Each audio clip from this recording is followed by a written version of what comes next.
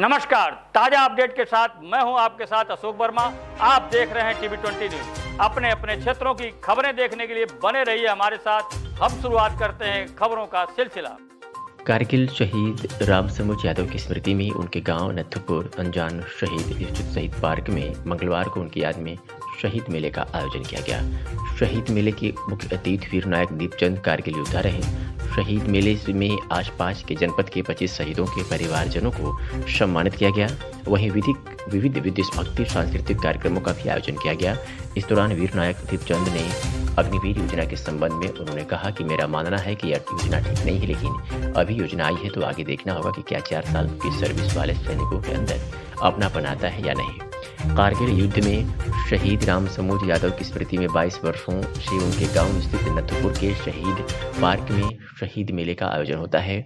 इस वर्ष भी शहीद मेले का आयोजन किया गया है, जिसमें भारी संख्या में उपस्थित लोगों ने कारगिल शहीद रामसमुच को पुष्पांजलि अर्पित कर श्रद्धांजलि दिया। इसके बाद शहीद रामसमुच के भाई प्रमोद यादव ने आजमगढ़, गोरखपुर, गाजीपुर सहित अन्य जिलों के 25 शहीद परिजनों को अंग वस्त्र व स्मृति चिन्ह देकर सम्मानित किया। शहीद मेले में मुख्य अतिथि वीर नायक दीपचंद्र, जो कारगिल युद्ध के दौरान अपना एक हाथ व दोनों पैर गंवा चुके हैं, वे पहुंचे। उन्होंने शहीद मेले में उपस्थित लोगों को कारगिल युद्ध के दौरान साहस, वीरता और देशभक्ति की गाथा से लोगों को रूबरू कराकर उत्साह किया।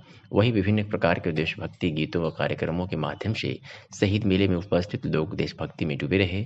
इस दौरान वीर नायक दीपचंद्र ने कहा कि इस तरह के कार्यक्रम हमेशा आयोजित होना चाहिए, क्योंकि जो सैनिक शहीद हुआ है वो माँ भारती के लिए शहीद हुआ है। उन्होंने कहा कि हर विभाग के लोग भागने के लिए आते हैं, लेकिन सैनिक बनने के लिए विरले ही लोग जाते हैं। ऐसी तमाम बातें कही सुनिए। शहादत का दिन है, इस अवसर पर आप क्या संदेश देना चाहते हैं? देखो, आज के दिन उनका जन्मदिन भी हुआ था और शहादत भी हुआ था। आज मैं उनके माँ बाप को नमन करना चाहता हूँ पहली बात तो, और आज पूरे आजमगढ़ की जनता को एक प्राउड की फीलिंग करना चाहता हूँ कि आप एक ऐसी चीज को देखिए कि ऐसा एक वीर जो हमारे आजमगढ़ के अंदर पैदा हुआ और कहाँ जाकर के उसने डंका बजाया, और हम लोग क्या कर सकते हैं उनके लिए?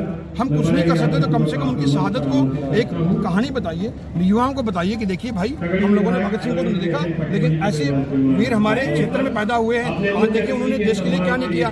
तो हम लोगों ने आज एक उदाहरण देना चाहिए कि बेटा इंजीनियर बन जा, डॉक्टर बन जा, सब बनिए आप, मगर इस मातृभूमि को भी नमन करने वाले।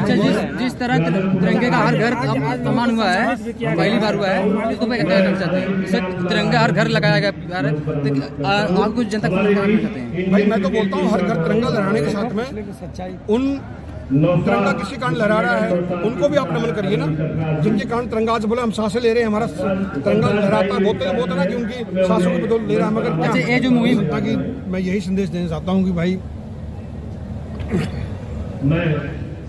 कार्यक्रम हुआ है, ये कार्यक्रम एक इंडिविजुअल का ना समझते हुए ये सैनिकों को समर्पित एक कार्यक्रम है, और ये एक मिसाल पैदा करता है कि इस आजमगढ़ की धरती के ऊपर जो एक लाल ने जन्म दिया है वो किसके लिए कुर्बानी दिया हुआ, किसी एक के लिए नहीं दिया ना, हम सबके लिए कुर्बान हुए हैं।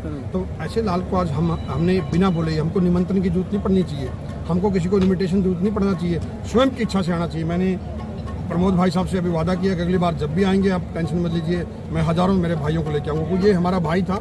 जब मैं इतनी दूर से आ सकता हूँ तो आप लोग यहाँ बैठे क्यों नहीं आ सकते? ये हमारे लिए क्वेश्चन मार्क है कि क्यों नहीं आप लोगों को बाजू वाले को याद आता है।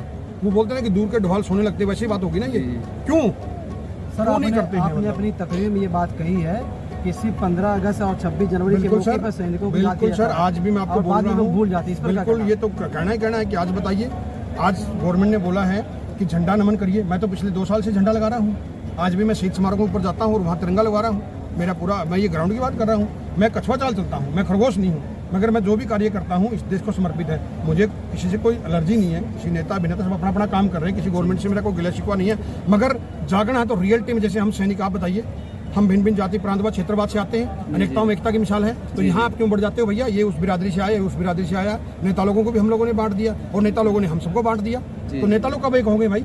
जब आप सोचने वाली बात है, नेता लोगों को सबको वहाँ भेज दिया जाए तो ये तो लड़ने लग जाएंगे वहाँ पर कि हमारी पार्टी के नहीं, हम तो नहीं लड़ेंगे भाई।